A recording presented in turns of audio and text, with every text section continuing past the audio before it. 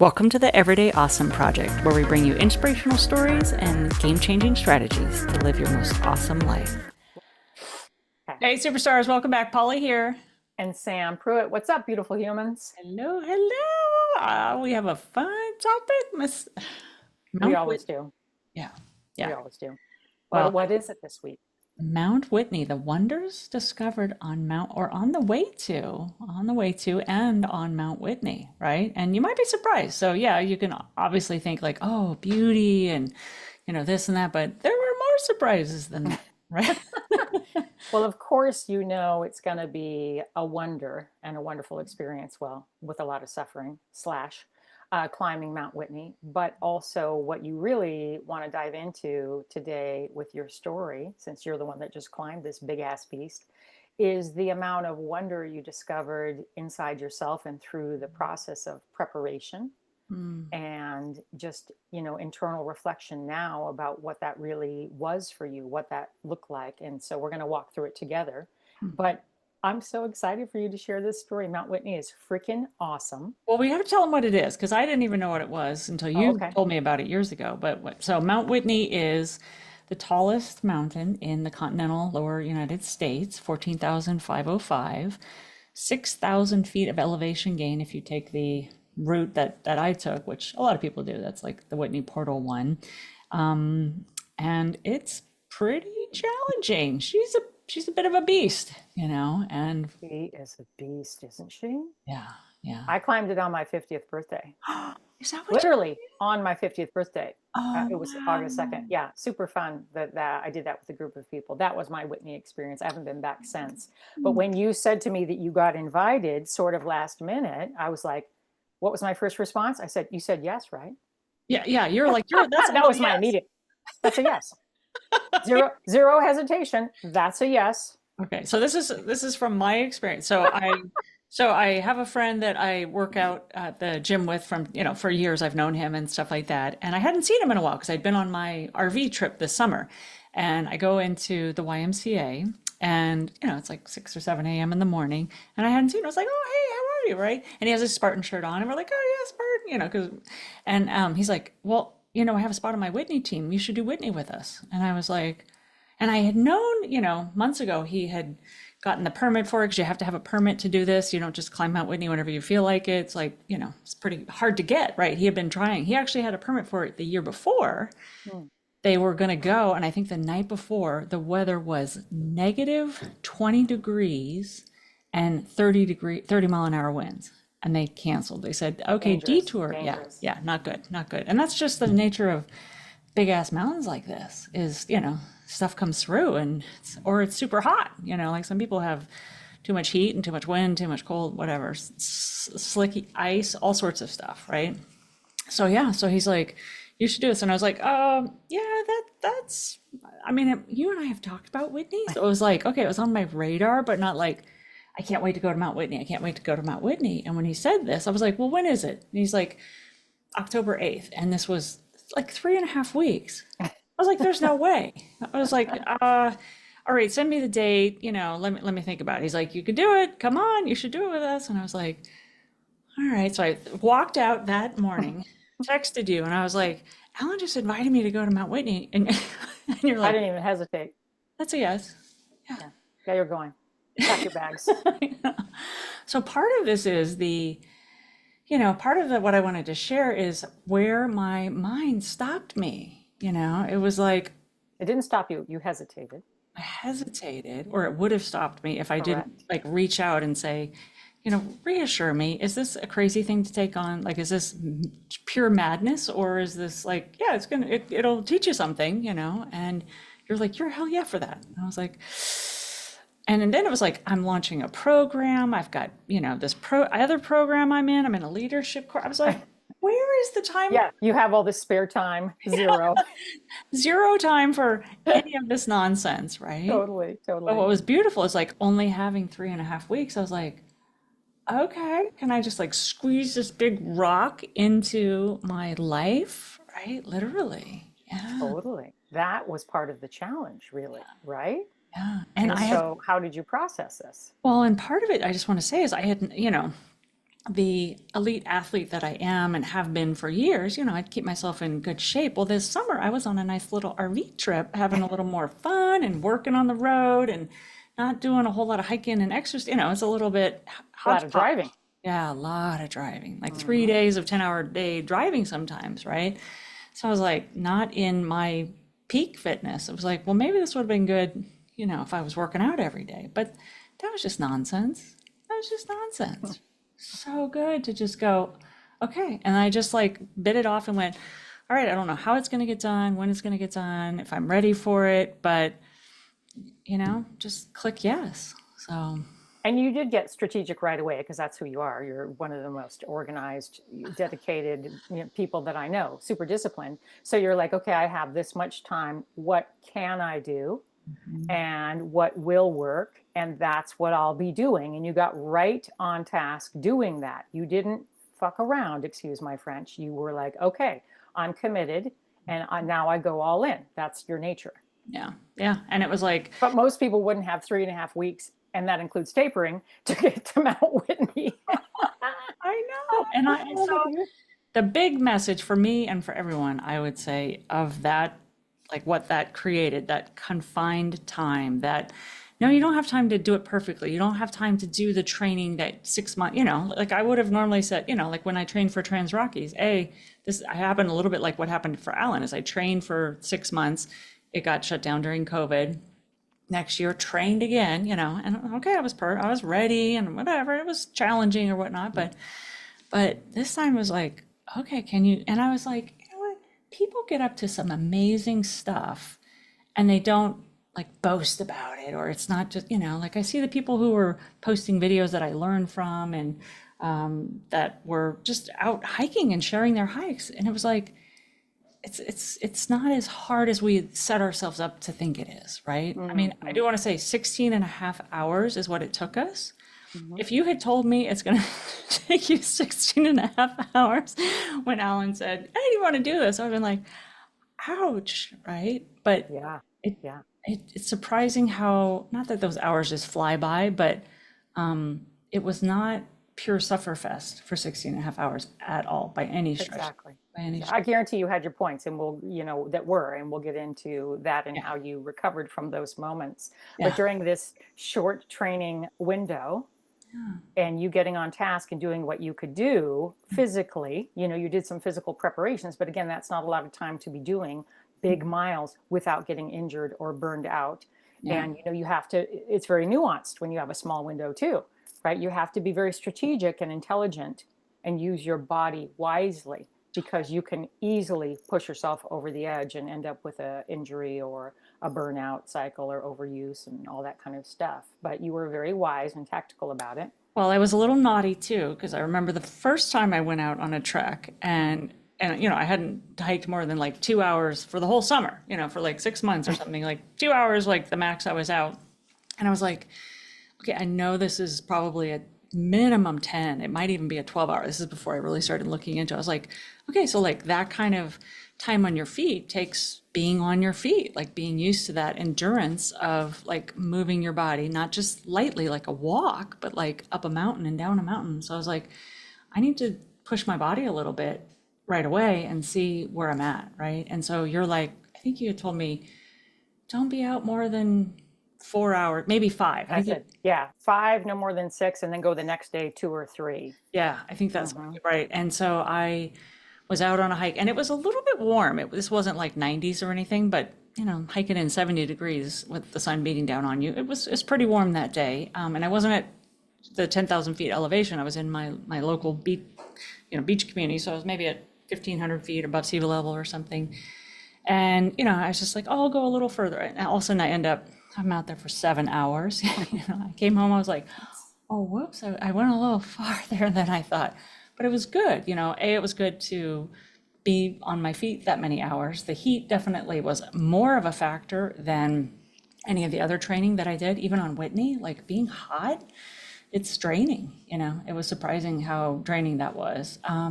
But that showed me, I was like, okay, I was a little beat, but like felt good next day, felt great. I was all, look at me. And then I was like, okay, what else can I do as a stepladder to to that. And I think the next weekend we planned a trip. I think, yeah, it was the following weekend. We're like, okay, we're going up to 10,000 feet and we're going to do a 10-hour hike. And I was like, phew, like I'd never, I think Ironman was the most I'd ever moved. And that was 9 hours. Right. And I was like, 10 hours at 10,000, what the, okay.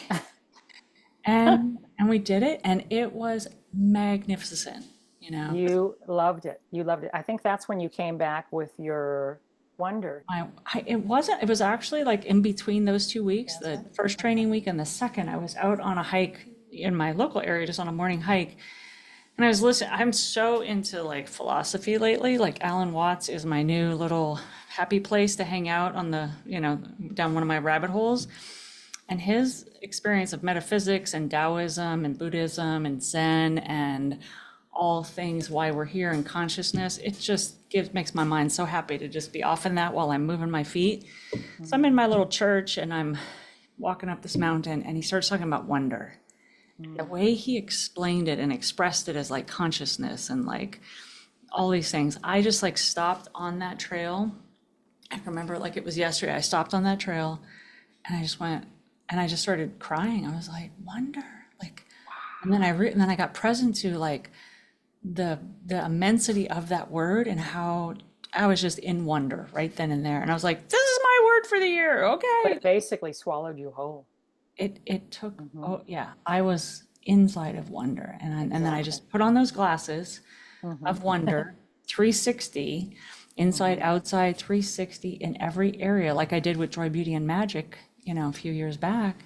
And I was like, wow. And so I hiked up that mountain and I was just like walking around in wonder, like childlike, like pure nature, show me your beauty.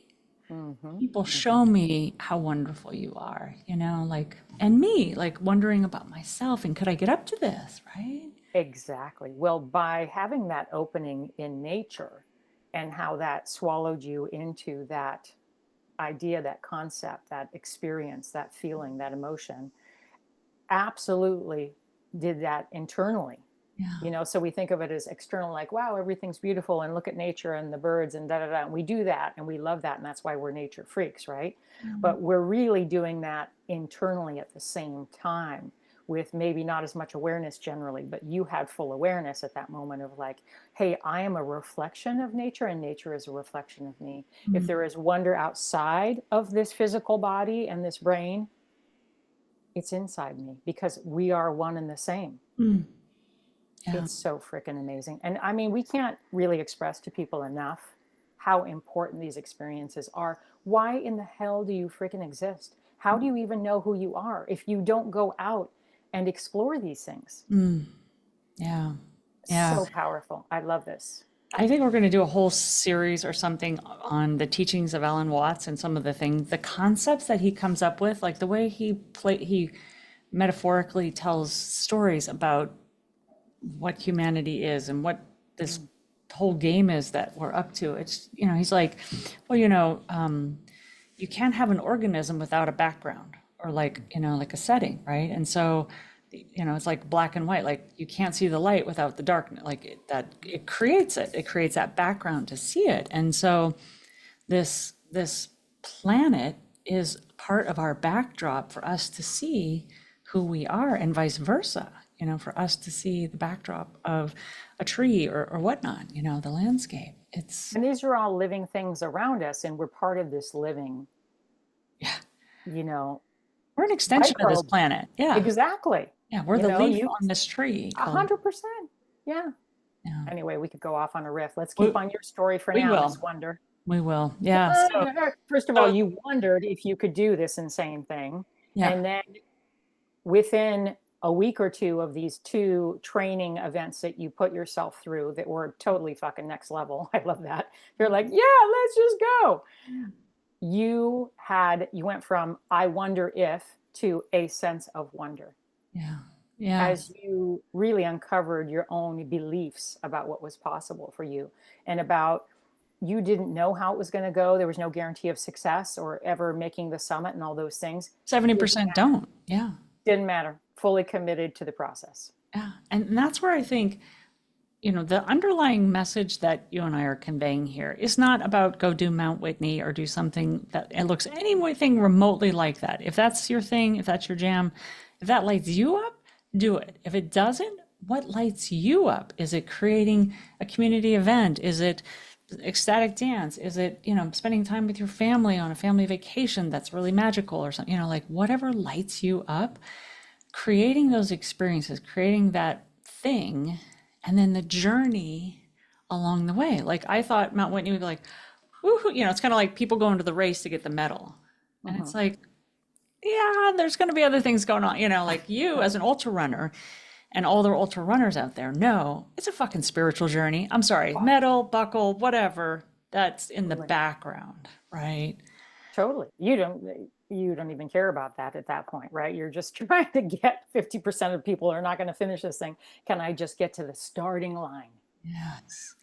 Can I just get to the starting line? Yeah, because and as we say, in the work of landmark education, they say that when you buy your transformational weekend or your program or something, that's when it begins. Like you buy the ticket and you'd be surprised whether it starts in a weekend or it starts in 6 weeks or 6 months, the transformation starts to happen, right? It's like I said yes to Whitney. I wasn't on the top of Mount Whitney or had completed that or, anything, but like it was already backwards transforming me, having me see new things about myself of what was possible, having me discover the word wonder and like this whole new opening that was part of the journey, not physically on Whitney, but to Whitney. And I was like, that's what all this is about, is like we set up these seemingly random Challenges or experiences or go on vacation or join a club or a paint group or, whatever. But to stay in the curiosity, don't, like one of the Alan Watts quotes is like, we don't listen to a symphony to get to the last note. That's not why we listen. Like the joy of the symphony is like, I'm going to the symphony and the experience of it, not because I want to get to that last note and then walk out and go, I knew what the last note was. Who cares? Right? Exactly. What I love about the process is that you're through these things, and I would say from my experience is like an accumulation of these things, starting from small and getting progressively bigger. Because you and I started small when we started making challenges for ourselves and picking these grand adventures or committing to new business endeavors and all the things that we've done, right? We started small and then we chipped away at building this muscle of possibility. This muscle got progressively stronger through all of these experiences. And that's why at 3.5 weeks, you can say, Whitney, yes, right? Yeah. Okay. But for the listener, they might be starting at whatever point. Yeah. But we're here to build this muscle because that muscle is imperative as a structural element to actually you living your best life. If you don't have these muscles and this connective tissue, it will not manifest. It's not going to be magically happening that you'll have your best life. You're in charge of your damn life. Okay. You're in charge of all of these decisions and then taking the actions to make it happen. So this is really an invitation, what you're giving the audience today of like, here's my experience. We're going to get into what you experienced and learned along the way also. But like, it's so beautiful to make that commitment to yourself one step at a time. I'm worth this. You know what it reminded me, I don't know why this metaphor just came up, but like this morning I went through the car wash, right? And you pull up and then they say, oh, put it in neutral and then it'll coast you through the car wash, one of those kind of things, do, and like the things are going by and, I'm like, do.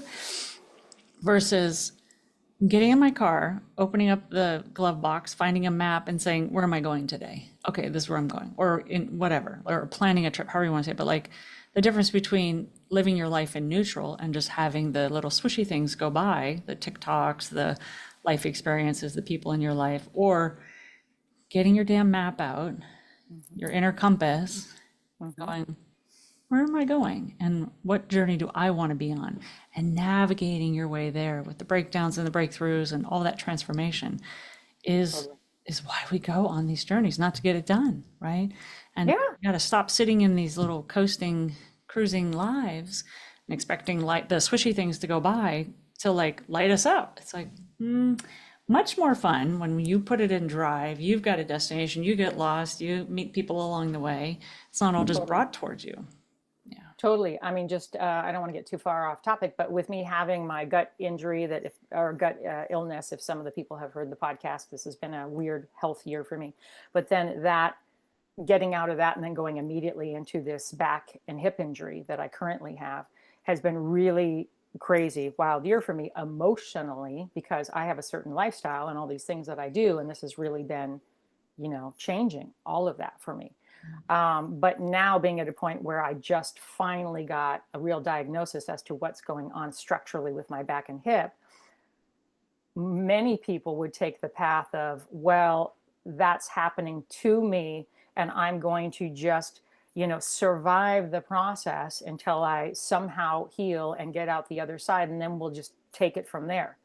That's not a proactive way of living. It's not going to ever be how I live my life, but I want to also impart, this is similar to kind of what your story is like. I'm consciously now going to choose how this is going to go and take control to, and not control in a controlling way, but be empowered to do the right actions, make the right decisions, do the right things in order to facilitate healing. So I can still then go about reaching my goals of next year, having my 125-mile race in May. And many people would say that's ludicrous for me to even have on my radar, be thinking about. But I made a commitment to doing that race because I like to have these big, audacious things hanging out for me because I will stay on task and work myself towards that goal. Do I know whether I'm going to actually make it to the starting line and to the finish line? I mean, what the fuck? I don't know about any of that. That's not even important. What's important is I'm committed to the journey, and that's showing that I'm invested in myself in the process. That's really what it boils down to for me. Yeah, and I think this is the first time you've mentioned that you signed up for that race. So we will do another podcast in the future because you have a disc out of place that is causing tremendous pain that needs to get healed. And so your window, like my 6-month training window for Whitney, ideal, is going to get shrunk to some level of shrunkness, right? And what we talked about before we hit record was you've got the ultra mindset, right? You know what it takes to get through a race like this. You've got the preparation, and it's just like, oh, guess what? Mount Whitney, you don't have 6 months, you have 3.5 weeks, and you're going to be like, oh, guess what? You don't get 9 months. Oh, you get whatever you get, 48 weeks or whatever it turns out to be, right? And it's like, holy shit, okay. If I'm lucky, I'll get 20 weeks, but that's still fine by me. Yeah. I mean, but I built that muscle and you built that muscle. And it's right. And it focuses you, right? 100%. It's like, okay, well, and there's a line in management theory that's the project will grow to the size of the time allotted to it. You'll dick around, add things to it. So much more money will get spent, like all this stuff if you have a lot of time. It's like, nope. And I used to say this to my startup students is like, well, okay, if you had $1 million, great. You'd probably spend $1 million, getting your business off. But like, what if you had $0? What would you do first? Like constrain things as much as possible to be as strategic and as smart, as focused as possible. So you can do efficient. Efficiency. So yeah, I was surprisingly efficient. I was like, okay, clear the decks, these 3 weekends, this is what I'm doing. All right, got to make that checklist. And I consulted with you a couple times. Thank you, sister, for, you hire 100%. You hire those professionals, you bring people in on your team that give you exactly that injection that you need. Like I could have spent, like Alan was my friend who invited me, God bless him, had studied so much about altitude sickness because he'd had it, right? Like he had this big fear of it and all this stuff. And I was like, let's talk to Samantha. I was like, let's get the nutrition thing and whatever. And like, because you've got this experience, you talk to people that are professionals or have had the experience, and you get that injection of strategic guidance. So it's like, woof, right?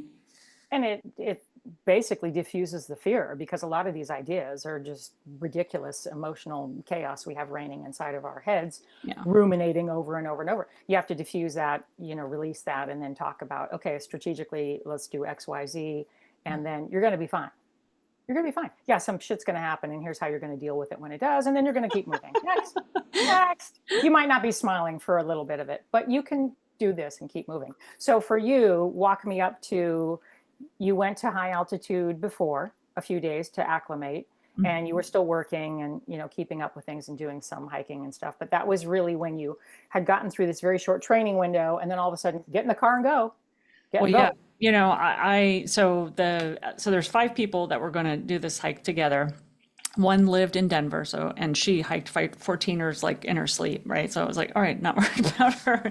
The other ones had been with Alan several times in the prior months. They had been doing treks up a sister to Mount Whitney. Literally, like you could see the two mountains. I forget what it's called, Langley, Mount Langley, which is Yeah. like right near it. That was a shit show for them. Like as anything that could go wrong. Not a confidence booster. Yeah, so he was like, not sure how I'm going to do at this altitude thing. And so, me having done races in Colorado and just had done a lot of, spent time at altitude, whether I was acclimating for this or that, I was like, you go there as early as you physically can, Mhm. financially can, whatever you want to call it, to help yourself with that, what they did with Langley is they literally went from sea level to, and Langley is 14,000. It's not 14,500, but it's 14,000. So very close. The night before, they got in at like 10:30, 11 o'clock at night. Slept, got up and did Langley. Started to hail, whatever, rain, all sorts of nasty things. He was sick, altitude sick, all this stuff. And it was like, well, so I looked at my week beforehand, and they were going to get there on like Monday night late. So it was like Tuesday and then Wednesday at 2 a.m. we're going to hike. I was like, I ain't doing that. I was like, if I could, I would have gone a week before. That just would have felt spacious. But there's like, nope. So I had a commitment Friday night locally. Okay, can I get in the car Saturday morning? Yep, great. So we went up and I was like, how high can we go? Like Alan and I was like, all right, what else can we go up to Lake Tahoe? Who do you know that has a house? We were like looking left. I was like, maybe we should go down by Samantha, get up high up there, like whatever. Like just speculate what was possible. And I Yeah. had been to Mammoth a year before, and I was like, Mammoth is pretty damn high. So, and it's 2 hours away. And so I was like, it's like 2 hours away. It's at almost 8,000, the base of it. So you'd sleep at 8 and you could go up higher if you wanted. I was like, hey, Alan, I think we should do this. Leave on Saturday. And he's like, yeah, I think you're right. So they did their thing. They came in on Monday night, and Alan and I got all day Saturday. Well, we drove Saturday, but like we were there Saturday afternoon. So slept Saturday night, Sunday night, Monday night at Mammoth. Tuesday night we were down in 4,000 where the base of it was, and then we got up to Mount Whitney the next morning. So it was, and he thanks me. He's like, you know what? I think that made a difference in him being able Yes. to complete it. Dude, it does require strategy and some knowledge and wisdom and understanding and support, right? Like getting, oh, is this the right decision? Let's discuss it, come up with consensus or whatever. Yeah. But not just pulling it out of our rear end, Mhm. right? And everybody's different. They're going to do their own thing their own way. God bless you. Okay. But Mhm. if you want to stack the chips in your favor of succeeding, then there's no shortage of information and knowledge available to you to make these wise decisions. So kudos for you for Mhm. not just going along with the crowd and doing whatever the hell they're doing, but being like, hey, this is what I'm going to be doing. This is what I'm comfortable with. Mhm. Mhm. Yeah, it was good. It was good. So, You get to Lone Pine. You stayed the night in Lone Pine. yeah. And then what time did you start this epic day? So we were up at midnight, or I was up at midnight. I think they got up a little bit. So we were to be on the mountain, like like let's go at 2 a.m. And it was about a 30-minute drive. So up at around midnight, final packing, a little bit of nutrition, and then off we went and we just raced up that mountain. I think we started at 1:59 a.m. I was like, set your clocks and here we go. I was like, check us out. I was like, this is a Okay, great. so it's one of my favorite places to go because I love Death Valley and Yeah. of course Mount Whitney and that whole area or whatever. But when I think about like the Mount Whitney portal, and that's where this hike starts. So the road that you drove to get up to Mount Whitney. Well, I did that at the end of the Goodwater 135. No. That's where I finished, was at the portal of the Mount Whitney trailhead. Oh, And dang. I have some just amazing memories and just some great pictures that my husband took of me just literally going up this fucking road at the end of after going 134 miles or whatever it was. It's so incredible there. Don't you feel like you dropped into this magical portal, literally, of like what the hell is this? You go through the Alabama hills and you start hiking to the portal, and it's just so the beauty. Mm. So didn't you just feel like you were going into this magical bubble of, I don't know what's going to happen today, but like there's something, so the energy. Well, so Oh, I'll say two things about that. One is, so we drove down from Mammoth to the Airbnb on Tuesday afternoon. So we came in like early afternoon time, and we are driving in, like you said, the Alabama hills, and our Airbnb was a little bit kind of 10 minutes outside of town, windy road. And I'm just looking around at all this geology, and I was like, what's going on here? Like, like I feel like vortex. That's what's going on. I was like, and Alan's like, wow, this is really cool. And then so that night when the other folks came, and I was like, do you guys know what the story is about the geology? Like, because right outside of our Airbnb, like within like 200 yards, was like this huge, beautiful rock formation. I was just like, this is amazing, right? Yeah. Yeah. So, and they're like, I have no idea. I was like, you haven't even like been curious. I was like, Alabama Hills. What is this Alabama Hills place we're in? Why is it called that? Yeah. What are these rocks made of? Here I am, just fascinated, so right? good. Yeah. And thankfully, because I was like, it's so weird to see that kind of beauty, just this deserty pink dust, and then these giant, rocks coming out of it, and there to be houses. I was like, oh no, no, no! Wait, why are we having houses right up against the? But then the extreme of looking up and Oh seeing yeah, Whitney and that whole range, but yet you're down here in Death Valley, really. yeah, I mean, you're just exiting Death Valley. So you have this really, it's so extreme and it's so magnificent. yeah. So So I didn't have the experience because I didn't see it during it we was saw in it the at dark. midnight. Yeah, it was midnight going up, but coming down, I was just like, whoa, this is, yeah, So beautiful. so So good. you get to the portal and you got on at 1:59 Yeah, a.m. Okay. yeah. And I just, I like, so Alan, I could feel his, a little bit of anxiety and like what was going to Oh, happen, how is this going to go? And the other guys were just like, they were like, we're good, like I never had well, I had a little bit of doubt because I did hear the dad, he had torn his calf muscle about a month before. So I was like, oh, is he gonna be a risk to a thing? Is that gonna flare up or whatever? So, we're in the dark, and I know from lots of races, people get out way too fast. I was like, oh, here we go up the mountain, and they're just like fueled and fired up and whatever. And I was like, you know what? I'll be the leader, And so I stepped up out in front, and I just I was deliberate about the calm, mhm. consistent pace. I was like, okay, there's no rush. Like you've told me before, you'll do it in however long it takes you to do it, right?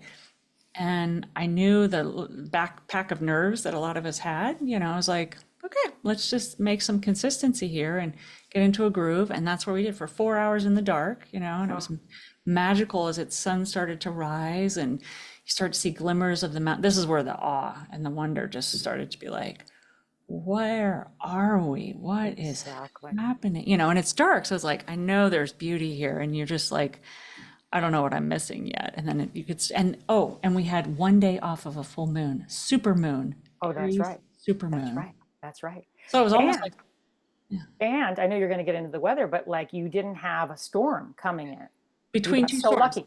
We Yes. we went up on a Wednesday. It had stormed the Friday before, so there was snow, and then we're like, What? snow, oh shit, right? Exactly. So I'm like, what else do we need? And so Alan was actually the gal from Denver had said, "Oh yeah, we don't need clamp-ons or anything like that." And I was like, "I'm back." I had a friend who's an REI, she whatever, not you, but like my friend is like, she's got all the REI gear, and I was like, "Okay, I need this, this, and this," Micro and spikes I and borrowed her poles. micro spike, so I had them right. And this gal, I had watched her. There's a great Facebook group about this, just so you know, you can learn all things like what's going on to the day, right? People are, here's my For experience. Whitney. Yep, for Whitney. Okay. Mhm. You join the group. And so we joined the group, and I was like, this guy was like, the 1.2 pounds of micro spikes was fucking worth it. And I was Yep. like, you know what? Packing those bad boys. So as we get there, reading people's review of like how the trail was and stuff like that, and they're like, sure glad I had my micro spikes, bringing the micro spikes. And I never worn I didn't even know how to put them on. That the night before, I was like, I think I should try these on. Just to make sure, I think that was probably, that could have, anyway, but Alan didn't have them. So Oh, okay. the team was coming over from San Luis Obispo. They went to REI that morning, bought him some just in case. Uh-huh. And he's like pretty conservative. He's like, well, I'll keep them in the pack in case I don't need them, and then return them if I don't need them. Mhm. We got up, so we actually didn't do micro spikes. So we hit the 99 switchbacks, and it started to get icy and whatnot. I was like, okay, just go slow. I think we can do this. Mhm. And it was okay coming down though. Mm. It just felt, Sketch. yeah, it felt sketchy coming down. So I put the micro spikes on about, right after the summit, and they were like a godsend. I was Mhm. like, how do I not know about these things? This is amazing. Like I wasn't like flying down the mountain after that, but I was so much more reassured because it's like Exactly. I you're, mean, and you can get really hurt. You slip off one of these trails, and oh, when you went to the dude. saddle to the summit, that trail, literally, you're like, what the hell am I doing on the side of this mountain? Right? Yeah, A, a couple slips or a trip, big time. you're really injured or worse. Yeah, Mhm. there was guys saying that on the switchbacks a couple days before, people hadn't had them, and he's like, people, prepare for what you're coming out for. Like, know what's on the mountain, as best you can, or like get some intel and like be prepared. People were slipping and sliding all over the place, he said. I was like, I'm not going to be that, right? Yeah. Because that's one of the things that like my fear is like, you can be Getting strong and hurt. you can be Mhm. courageous and stuff, but if you make a false move or if you're not paying attention or you think you're on it and you're not, off you Yeah. go. Yeah, and it's there's some danger, some real ass danger if you miscalculate up there. It's Oh, not totally. not just like, oh, I fell and I hurt my knee. Like you Yeah. could go down Well, 1,500 feet. but if you do fall, hurt your knee or whatever, that's the end. And by the way, how are you getting off the mountain?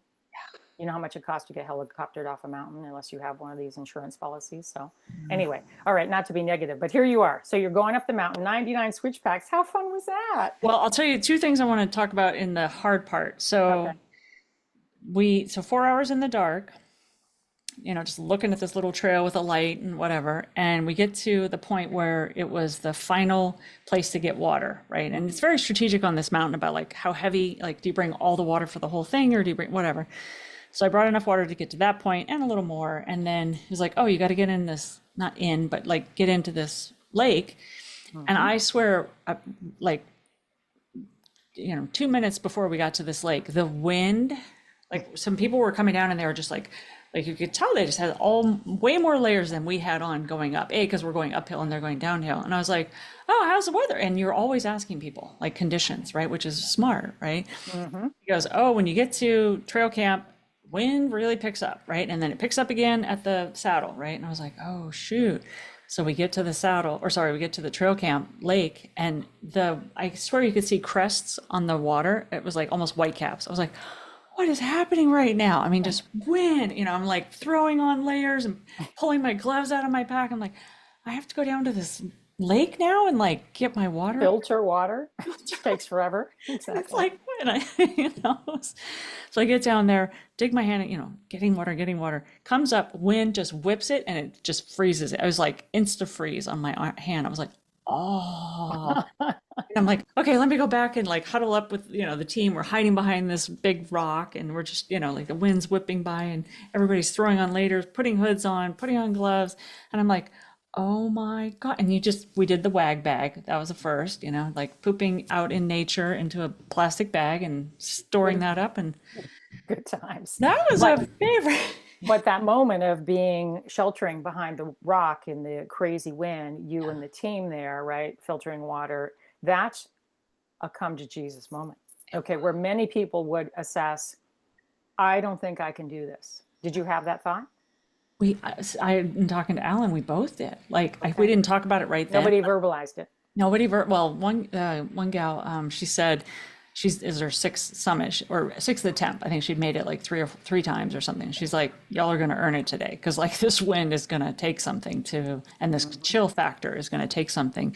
And I was like, oh, dang. I was like, man, if it's this cold, because that's like one of my things is, can I stay warm enough in the Exactly. conditions, right? Like, did I pack enough? Am I warm enough? Because not that I don't, like, I'll be okay with some uncomfortable cold, but is it dangerous cold kind of thing. And when Yeah, and we're, menopausal females, so to be honest, we're very, very heat and cold sensitive, because our hormones have changed and lots of things within our body chemistry.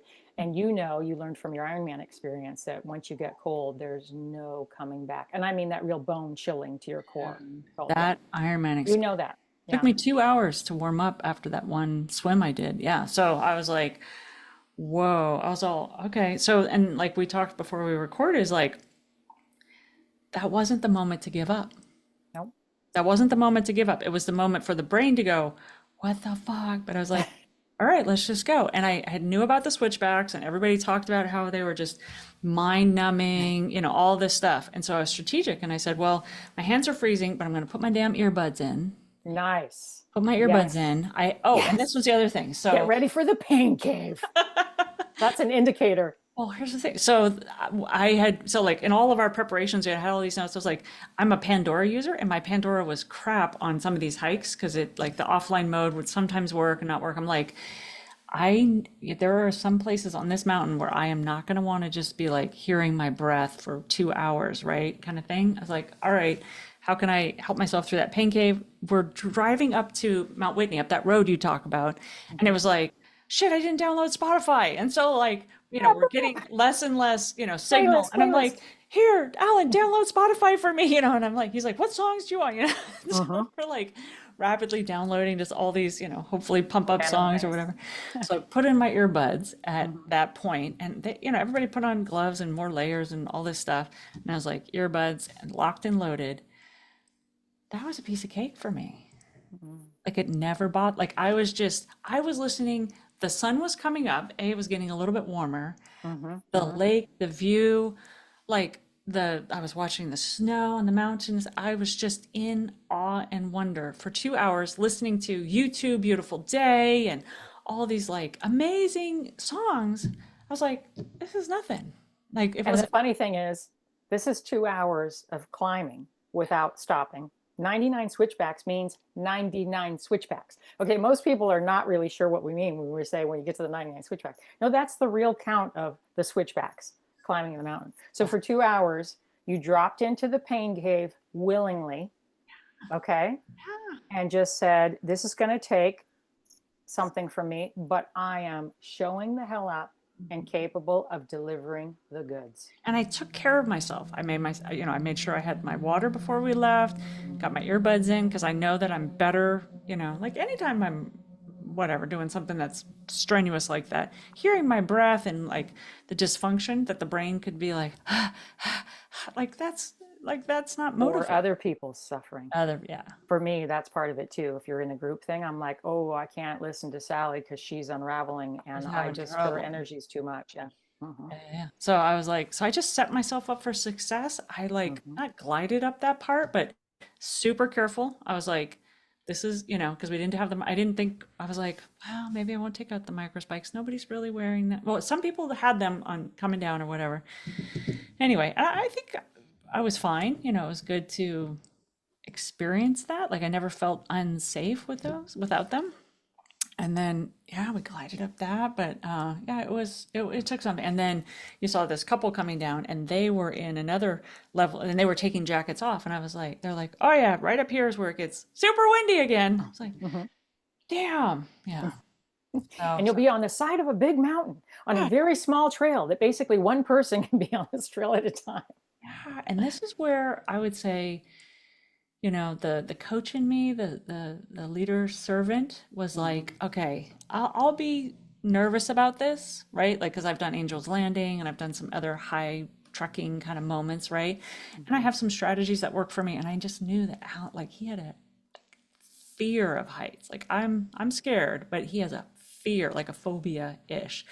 And so he was right behind me and I said, Alan, your job is to look at me and behind me. Do not be looking down this mountain right now. It's not going to serve you at all. Me and the steps in front of you, and that's all you want to do. And we just, and I was like, I look off to the left and I'm like, fuck, that's pretty, That's pretty gnarly down there. And you don't need to do that to yourself, right? No. Too, Some that's people such a can cool saddle because that's where the John Muir Trail comes in and connects. So when you see the John Muir Trail exiting off the saddle, and then all the lakes down below and whatever. So you're dropping into the whole John Muir Wilderness and all that. Oh my God, that area is pure magic, dude. Pure magic. Unreal. Yeah. Awe, wonder, beauty. Yeah. And we got to the top, and I think your summit and various people's summits I see are like, oh, they're out there in shorts and Well, mine whatever. was August 2nd. It was the middle of summer. Mhm. So by the time we got up there, yeah, we were like I think I was in a sleeveless shirt and I don't know if I had shorts on, but yeah, whatever.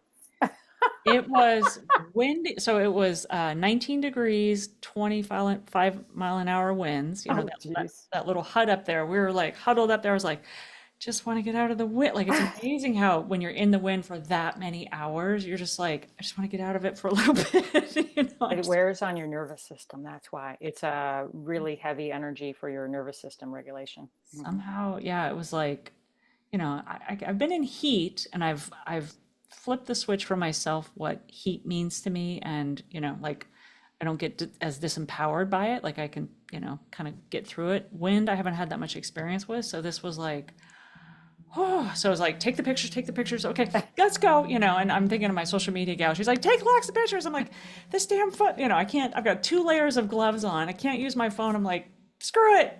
And it's like, I get the pictures and the video I get and the rest. It's going to be what it's going to be. Hmm. Yeah. So And then you absolutely. worked your way back down. And then I was like, I'm putting these damn micro spikes on. I'm going to try these bad boys out. And I was so glad. And then Alan also did, and he's a little cheap about the money. He's like, oh, well, I'll just take them back. And I was like, Dude, you're I'm, putting these on. and then he was like, he goes, those were a lifesaver, Hmm. So it was huge. It was huge.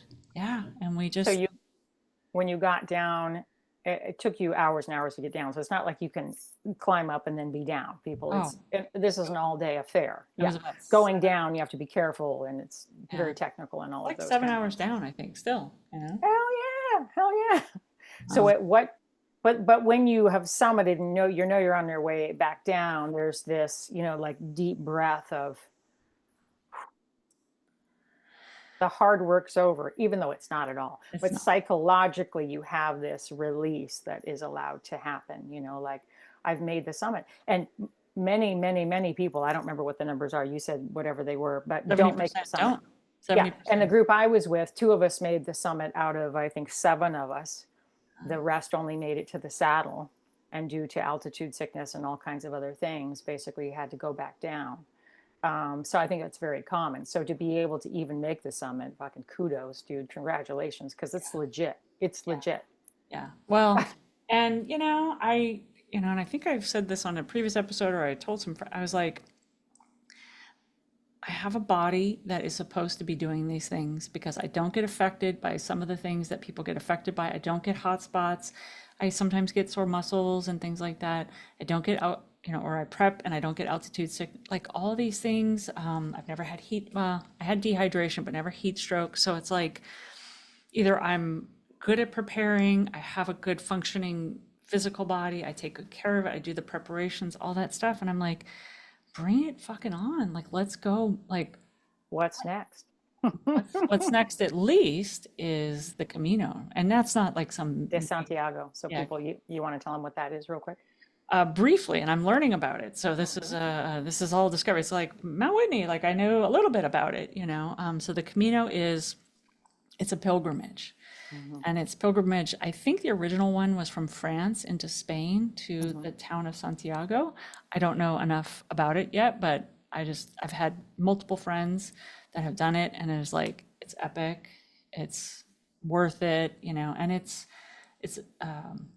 spiritual, very spiritual, just like the Exactly. Whitney can be, or you can turn anything into that. And so the friend that had invited me, she's doing 40 days on it. I'm like, okay, let me see how I'm gonna like fit that into my So life. she's going to do the whole length from village to village and Yeah, stay yeah. in the little And there's hostels or whatever they actually call like them. there's 6 possible routes, I think, or maybe a little bit more. And there's like this one or this one, and so pick one. And there's one that's like very populated, like a lot of people, and then there's ones that are like a lot of freeway or like on a busy road. And so we're trying to pick a quieter, less people route to allow us to drop in instead of, it's not like the social hour or something, but Yeah. So I love that's this. next June, May June timeframe. So and then you've got Cocodona. Yeah. Well, for your Whitney experience, so before we end that conversation, Yeah. what are your key takeaways? What's the most valuable insights that you discovered either within yourself that were new revelations and or maybe just some rebirths of what you already knew to be true? I think the having wonder glasses on, like that being part of this journey, this discovery that I discovered on another trail, not on Whitney, and I took it to Whitney and into the sequoias. I know it's going to make a profound difference in the next 12 months, or if I continue this word beyond that. So having something that lights you up, because there's so many years of my life, Sam, that were words like progress or success or like, I Results, results, results. well, Oh, there's this theme of like, I saw a women's like big women's conference and it was like, be unstoppable or something like that. And I was like, is that what really women want to be right now? Because that, or no. me, like maybe, I'm just in a different phase, season, whatever. But I thought about being unstoppable. Was I unstoppable in Whitney? Fuck yeah. Like, Mhm. look out. Like, I wouldn't have wanted to do it twice, but like my body was like, we got this, right? But having wonder while I was doing something hard and scary instead of I'm unstoppable, like that's already like kind of baked into me. Maybe that's it. Maybe I've had those years of challenge and I'm just in a different place of what is true meaning and joy in these hard challenges instead of just grinding it out, if you will. Yeah, yeah. I mean, having the unstoppable mindset can be self-destructive and it can be problematic, right? But having a mindset of resiliency and capability and an inner knowing of like, I can do this. I believe in myself. I'm committed to this and I can do this is very compassionate and loving at the same time as it is a call to freaking action to show the hell up and get the shit done, do the work. Yeah, I wonder if I can. I wonder if I can do more than Whitney. Like I'm not, Exactly. like oh that's it, and I'm like, what else could I get up to? Like Whitney was, Right? it was a challenge, right? Jill also wants to do the John Muir Trail, right? Oh, that's happening next summer. Off we go. I know. So that, and I would say, I love how only having 3.5 weeks Mhm. and just getting the damn focus. I'm like, where else can I apply that in my life that I'm expand, it feels like right now with my program coming out in December, Return to the Light. I hope you guys, if you haven't seen that, check out, there's all kinds of stuff I'm promoting about that. Like, I feel like I've got this compact window, to promote it. It seems like, oh, you've got like more than a month, but all the things that it takes, it's like, holy smoke. So I feel like I'm doing a 6 month thing in about 4 months, right? So I've compacted it. It's like, get to the heart of it. So, People should take that program with you that's open now for registration if they're interested in getting up to something epic next year.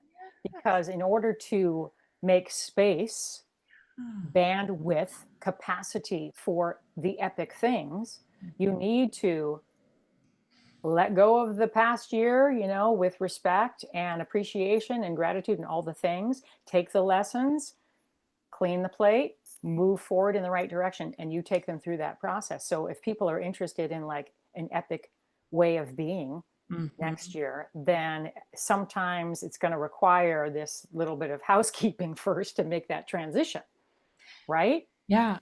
And I would add, that's big part of it. And what I'm like, I was out on a hike this morning and I was like pumping up with some teammates and I was like, get that light turned the fuck on inside you and take that into your life and into your day. Like so many people are depleted and just like stretched and like overgiving and people pleasing and not resourced, right? It's like, girlfriend, please do They're us not resourced because they're giving away their power on the daily all kinds in of, so many different ways, shapes, and forms that are unnecessary. I yeah. mean, that's why you get coaches like you and I, right? Like there's so much unnecessary, but until like a outsider, if you will, can compassionately, lovingly walk you through taking that inventory and doing that process of elimination and creating capacity, Yeah. you just don't know. You get stuck in the wheel, Mm, right? And we're saying that that's not necessary. mm. Yeah. So And make don't it wear it stop. like a badge of honor. Like No, I'm so busy and like that, like hold up, hold up. No, that's yeah, that badge of honor is not going to be feeling very good or very attractive when you're laying in a hospital bed yeah. or something else happens in your life where things fall apart and they can't Yeah. be repaired.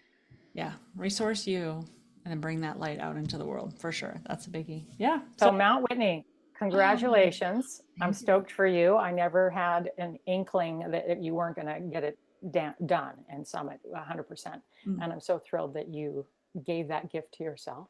Yeah, thank you. And thank you for believing in me and just being that reflection in that moment of doubt, like, oh my God, 3 weeks. You're like, that's a yes. Okay, I texted him. I was like, Samantha says I'm doing this. Yeah. It speaks to having your A team, which we talk about all the time, Yes. right? Your A team is your very small core group of people who believe in you 1000%. When the minute you hesitate or you just don't know or you have any hesitation or confusion or whatever, the A team is like, I got you. Yep. We got this. We got this. Whatever it's going to require, Yep. we're doing this. Yeah. You Totally. know, we have to have our own back, and that requires time, investment, self compassion, process, growth, the work, right? But you got to also have people who have your back. Mhm. So, Yeah, anyway. hang out with eagles and you will soar, right? Mhm.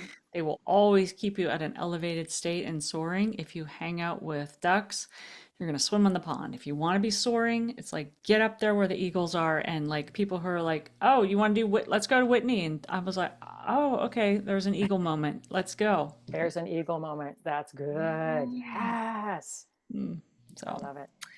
thank you, All sister. right, All Megan. right, what do we want to wrap up with our beautiful humans and remind them, as we always Mhm. do? Yeah. Well, we have to remind them of the basics. How their life feels is more important than how it looks. That should be foundational at this point. And literally, they should have that tattooed on their arm right here. Yes, and every day is your opportunity to find your awesome.